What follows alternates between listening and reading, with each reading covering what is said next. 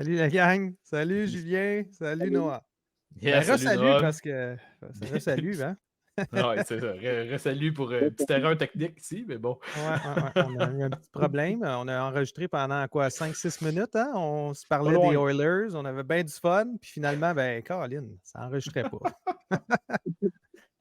Alors, aujourd'hui, on parle des Oilers. Ben oui, on parle des Oilers. On parle surtout, en fait, des gardiens de but chez les Oilers. Mhm. Pourquoi? Parce que, ben, on a appris cette semaine que Campbell avait été rétrogradé dans la Ligue américaine. Puis là, on veut savoir, ben, qu'est-ce qu'on fait avec ça maintenant?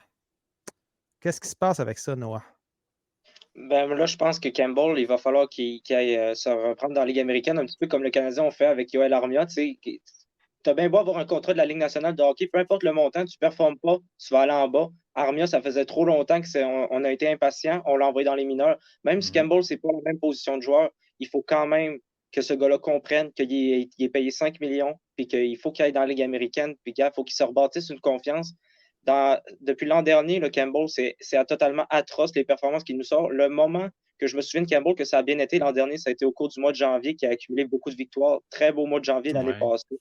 Également, dans les séries, quand il est venu en relève à Stuart Skinner Campbell, là, je pensais qu'il s'était repris à ce moment-là. Je pensais qu'on est en train de retrouver le Campbell qu'on s'attendait quand on l'avait signé. Mais en début de saison, ça a très mal commencé. On l'embarque directement face aux Canucks, puis la chaîne a débarqué, puis c'est Stuart Skinner qui est venu en relève, et puis Campbell, on a essayé de le remettre dans les buts 2 fois, puis ça n'a jamais fonctionné. Toujours accordé des buts, des mauvais buts, puis il manque de confiance. Il se fait petit devant son but. C'est pas un gardien qui prend beaucoup de place dans son but, étant donné de sa stature physique. Donc, je pense que Campbell, le fait qu'il aille dans la Ligue américaine, faut qu'il se rebâtisse une confiance. Puis là, il y a Calvin Pickard qui a été rétrogradé dans la Ligue américaine, dans la Ligue nationale. Il s'est fait Ouais. monter. Oui. Ben, il va falloir que Campbell montre qu'il peut aller faire la job. Parce que Pickard, là, c'est quand même, on va quand même loin. Là. Tu te fais voler la job par un gars que ça fait quoi, 3 ans de suite qu'il joue dans la Ligue américaine. Puis toi, Ouais. tu t'étais bâti pour avoir un gros contrat avec les Leafs de Toronto. Donc, on va voir ce que ça va donner.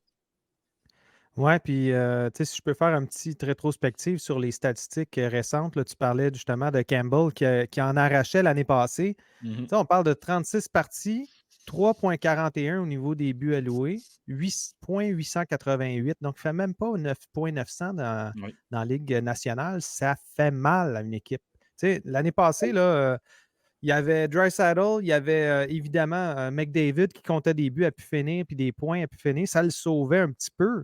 C'est ce qui lui a permis d'avoir 21-9-4 en termes de Mhm. victoire-défaite. Puis, mais tu ne peux pas tenir ça. C'est impossible en tant qu'équipe de dire OK, ben, on va être correct avec des statistiques comme ça. Là. Surtout qu'au niveau des gardiens de but dans les dernières années, je pense que 900, on parle de gardien de but ordinaire. Là, donc, Ouais. on parle même pas d'un gardien de but performant, si on peut dire ça comme ça. Donc, clairement, avec un 880 là, au niveau du pourcentage d'arrêt dans les matchs, on est très loin du compte, même si on finit par faire 4, 5, 6 buts par match. Comme tu l'as mentionné, c'est pas mal la seule raison pour laquelle il réussit à avoir beaucoup de victoires. Parce que dans n'importe quelle autre équipe de la Ligue nationale, avec des statistiques comme ça, je pense que tu finis dans la Ligue américaine, malheureusement. Ouais, Malheureusement. exactement. Ben, puis Calvin Picard, ben, tu sais, c'est un gars qui a roulé sa bosse, hein, comme on dit. Hein.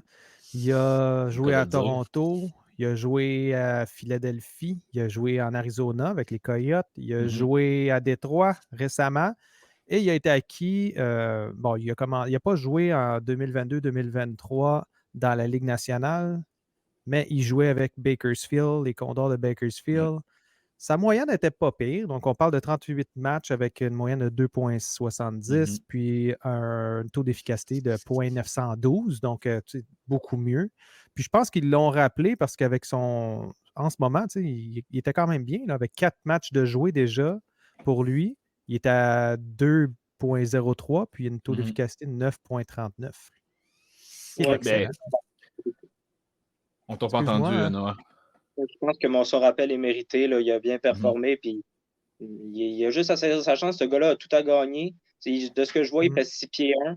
C'est quand même, c'est pas petit, mais c'est pas très grand non plus. Donc, il Oui. va falloir qu'il travaille beaucoup. Il va falloir qu'il soit beaucoup d'enthousiasme, puis il va falloir qu'il se fasse gros devant son but pour pouvoir espérer gagner des matchs.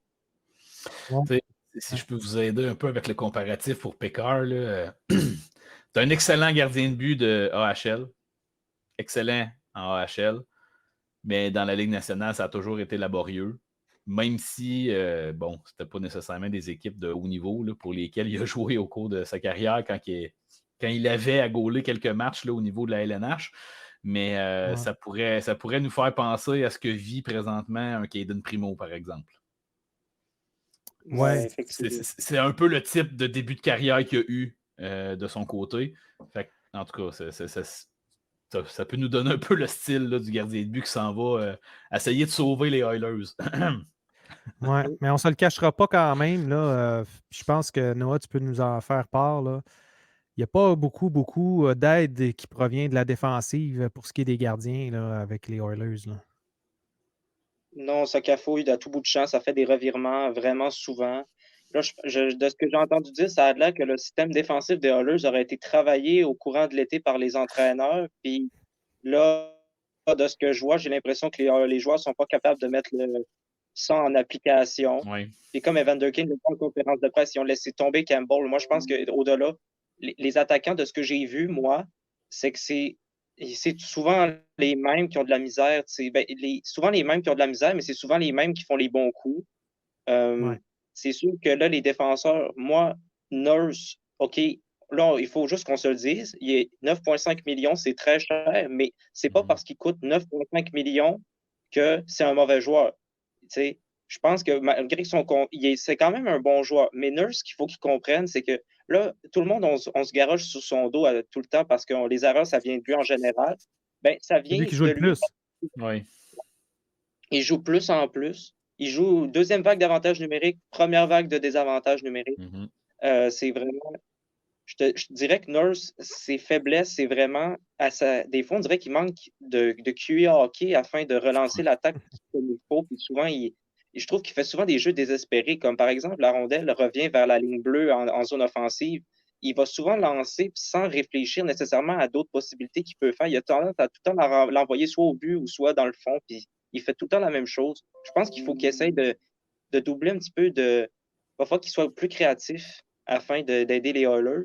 Sinon, Cody Ceci, je trouve que c'est pas un bon début de saison. Je trouve qu'il se fait passer souvent. Oui. Bouchard, c'est moyen. Ekholm, je suis quand même satisfait, même si je pense qu'il peut être un petit peu meilleur. Mais en général, les Oilers ont laissé tomber les gardiens de but. Puis c'est pour ça que Campbell, malheureusement, moi, je pense que c'est 50-50. Je pense que c'est la moitié de la faute de la défensive puis la moitié de la faute à Campbell. Je pense que Campbell, les buts qu'il a accordés, il a lancé. Oui, c'est pas nécessairement des beaux buts qui s'est fait compter, mais c'est des buts que, en général, les erreurs qui ont été faites par les défenseurs n'auraient jamais dû se produire dans une équipe qui maîtrise bien son système défensif. Tu sais, Noah, là-dessus, là, les 4 défenseurs que tu as nommés comme noyau, là, on s'entend que, je veux dire, Mathias Ekholm, Darnell Nurse, Evan Bouchard, puis Cody Ceci, c'est désastreux là, comme quatuor en défensive. Tu as beau juste regarder les joueurs, enlève les salaires de l'équation. Écoute, quand ton premier défenseur, c'est Mathias Ekholm, aïe aïe, là, entre moi et toi, et j'y enlève rien. Là. C'est un des excellents défenseurs de la Ligue nationale, je crois, au niveau défensif. Sauf que quand tu aspires à pas loin d'une Coupe Stanley avec l'équipe que tu as, tabarouette, là, on vise pas de la bonne. On n'a pas bâti cette équipe-là de la bonne façon, je pense, là, Noah. Le problème, c'est que ça vient, puis ça, je fais un petit parallèle avec le Canadien, que je trouve que ce qu'ils sont en train de bien faire, c'est que j'ai l'impression que les Oilers, tu sais, il n'y avait pas nécessairement de bons défenseurs quand McDavid est arrivé. Ils ont construit. Je pense qu'ils ont commencé par. Il y avait déjà McDavid puis Draisaitl. Draisaitl, il n'a pas été bon tout de suite, mais c'est 2 joueurs qui sont devenus des joueurs franchises. Mais après ça, je pense que déjà, il aurait fallu à ce moment-là qu'il y ait au moins 2 défenseurs que tu sais que tu vas pouvoir te bâtir ton équipe avec eux. Là, moi, je reviens sur Oscar Klefbom qu'on a perdu. Là, ce gars-là, honnêtement, ça me fait de la peine de voir ça. Il n'y a pas longtemps, j'ai vu son contrat avait été. Il ne reviendra pas dans la Ligue nationale. J'ai vu qu'Astor il joue au pickleball en Suède. Genre. My God. C'est vraiment dommage. Le Clefbaum, je trouvais qu'il était parfait. Je trouvais qu'il était plus responsable défensivement que Nurse. Il était moins gros, mais j'aimais quand même ce qu'il apportait. Mais aussi, je dirais que les Canadiens, ils construisent une défensive qui est en ce moment, qui va peut-être être meilleure que l'offensive pour l'instant. Quand on regarde la qualité des prospects en défensive, tu en as qui vont être très bons défensivement, puis tu en as d'autres qui vont être excellents offensivement. C'est ça qui manque aux Oilers. Les Oilers, on a essayé de repêcher un défenseur en 2019, Philippe Broberg. Ce gars-là, j'étais vraiment content qu'on avait mis la main sur lui. Mais là, ça tarde. Là, récemment, il a été renvoyé dans la Ligue américaine. Ouais. Puis on a décidé d'amener un attaquant, Raphaël Lavoie, qui justement ses premiers matchs dans la Ligue nationale. Donc, Broberg, j'espère qu'il va se construire une confiance, mais c'est sûr que Broberg, le problème, c'est que Nurse et Combe prennent la place à gauche. Puis tu as Kulak aussi. Kulak, c'est un des seuls que je trouve qui joue très bien. Là. Kulak, c'est bon. C'est ça, je m'en allais dire, en fait. C'est que là, on n'a pas les deux premiers défenseurs qui jouent au niveau qu'ils devraient, mais au moins, on a comme un gars comme Kulak qui prend un peu la place. Puis c'est lui qu'on voit le plus shiner en ce moment, mais ça ne leur permettra pas de remonter la pente. Non, là. c'est ça, là. Puis si on fait le parallèle avec le Canadien, mais je trouve que c'est un très bon parallèle à faire dans le sens que on se retrouve un peu dans le même genre de situation au niveau des gardiens de but là, en ce moment, c'est-à-dire que eux ne sont pas au même niveau. C'est ça le problème. T'sais, nous, on est en train de rebâtir. Donc, on peut se permettre d'avoir des gardiens de but qui sont peut-être moins dominants. Puis ça permet, on comprend à ce moment-là que les erreurs des défenseurs peuvent faire en sorte qu'on a plus de buts, quoi que ce soit, mais c'est pas grave si on perd dans un sens. Versus les Oilers, eux autres sont rendus au niveau que la défensive devrait être déjà setupée, tout devrait être déjà fait. Fait que de savoir que entre les deux saisons cet été, ils ont remanié leur système défensif, ça fait un petit peu peur pour les Oilers puis pour les gens d'Edmonton d'apprendre ça, je pense. Moi, j'ai même une question pour Noah à ce niveau-là, là, parce qu'on fait le lien, là, mais je pense à ça depuis que tu en parles, là, mais est-ce que d'avoir laissé aller Adam Larson à Seattle, ça a été la plus grosse erreur de cette équipe-là dans les dernières années, tu penses? Aucunement. Larson, honnêtement, il n'était pas très bon avec les Oilers, j'ai trouvé, là, pour vrai. Là. Il aurait mieux joué dans le Kraken, je trouve. Il est meilleur avec le Kraken qu'avec les Oilers. Ça se peut, ça, par exemple. Je suis d'accord avec toi là-dessus. Là. Mais tu sais, force est d'admettre que la défensive ne va nulle part depuis qu'il n'est plus là. Ouais, mais je dirais par contre que l'année dernière, j'ai quand même trouvé que vers la fin de l'année, avec l'arrivée des cons, quand on a quand même des parties de Tyson Barrie, que lui, on va se le dire, c'est un gars qui se concentre sur l'offensive. On est allé chercher Econ, puis quand il s'est amené, j'ai trouvé que la défensive, on était un petit peu plus efficace. J'ai trouvé qu'on maîtrisait un petit peu mieux. Mais là, j'ai l'impression que là, on recommence avec la même défensive, puis j'ai l'impression que les joueurs sont pas rendus moins bons. Moi, je pense que le système a été remanié ou quelque chose comme ça. Je pense qu'il y a quelque chose qui s'est produit. Mais là, je pense que au-delà de ça, je pense que là, cette fois-ci, les déboires des Oilers, je pense que là, cette fois-ci, ça va plus loin que l'équipe en général. Je pense que là, il faut penser à aller faire le ménage en haut. Ken Holland, il faut qu'il soit congédié. Il est en train de mener cette équipe-là à mauvaise place. Puis là, on en parle de Connor Brown qui a été signé cet été 1 an, 4 millions. Il n'a même pas joué l'année passée. 4 millions, c'est énorme. Un an, vous allez me dire, c'est 1 an, mais 4 millions, c'est beaucoup. Moi, je pense qu'on l'a surpayé pour être sûr de l'avoir. Donc, il est supposé jouer sur le premier trio avec McDavid, mais gars, ça n'a pas marché. Fait qu'il est rendu ça à 3, puis là, il est blessé. Il a été blessé un petit peu. Là. Il a manqué 2 games, je pense. Puis là, il est revenu dans l'alignement. Il pratique avec l'équipe. Comme Brown, il est supposé, il joue sur le désavantage numérique. Bon, c'est quand même un des meilleurs, mais c'est un peu compliqué. Le 4 millions, c'est cher. Quand on pense à l'argent qui a été investi en Campbell, ça, là, si on fait le calcul, ça fait 9 millions là, que tu aurais pu répartir sur plusieurs autres joueurs, puis peut-être qu'il y en aurait des joueurs là-dedans qui seraient meilleurs que ce qu'on a en ce moment. Ben oui, il est projeté à faire 0 point parce qu'il y a 0 point encore, Connor Brown. Ça va pas bien, ça va pas bien. Mais c'est ça, là j'ai... si on wrap up un peu la situation des Oilers, qu'est-ce qu'il faut qu'ils fassent maintenant? C'est quoi le prochain step pour eux, à part de virer tout le monde? Là? Reste qu'il faut que les joueurs sur la glace, il faut qu'il y ait quelque chose qui se passe. Là. Ça ne peut pas rester comme ça. Je pense que aujourd'hui, on joue contre les bons Sharks de San Jose. C'est peut-être le temps d'aller scorer des buts puis d'essayer de. Puis, moi, j'aimerais ça qu'on embarque Picard ce soir contre San Jose. J'aimerais ça que Un bon plan. Skinner, on lui donne une journée de repos, mais là, Skinner, il faut faire attention aussi avec lui. Il ne faut pas oublier que ce gars-là a quand même été finaliste pour le Calder. C'est un Ouais. gardien qui a bien joué quand même l'année passée, mais maintenant, il n'y a pas un bon début de saison. On est tous d'accord là-dessus, je suis le premier à l'avouer. Il faut juste que. Moi, je pense que Skinner, à soir, il faut l'envoyer d'un gradin. Puis il faut qu'il revienne contre le Kraken samedi. Montrer ce qu'il vaut. Ben oui, c'est sûr que ça va aider. C'est sûr que les Sharks ont eu leur première victoire cette semaine, donc on va bien voir ce que ça va donner. Là. Puis quand on parle qu'ils jouent ce soir, en fait, ils vont jouer demain parce que là, aujourd'hui, on est jeudi, effectivement, puis on va diffuser ça vendredi. Donc, Le match, oui. ouais. Le match va être passé, en fait, il est ce soir. C'est ça, il va être passé. Oui, on c'est va ça, voir ce que exact. C'est ça. Exactement.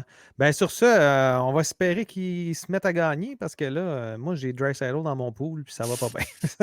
Il va remonter, Puis- il va arriver de Draisaitl, ça aussi, c'est pas nécessairement le meilleur début de saison, mais à Ouais. un moment donné, je pense que là, ça va débloquer. Ils vont revenir dans les 3 premiers pointeurs de la Ligue, ce sera pas trop long. Là. Je suis confiant, Ils ont pas là, le choix. ils ont le talent pour le faire, ça, c'est certain. Exact. Ben, merci beaucoup, les gars. Merci, Julien. Merci, Noah, Yes. d'être venu nous Merci. voir. Merci à notre expert des Oilers sur place. Oui, c'est ça. Puis sur ça, ben, je vous invite à nous suivre. Je vous invite à liker et dire des commentaires aussi, comment vous avez trouvé l'épisode. Puis si vous avez des questions, n'hésitez pas non plus à les écrire dans les commentaires. On va peut-être en parler dans les prochains épisodes. Merci, la gang. Salut, les boys. Thumbs up.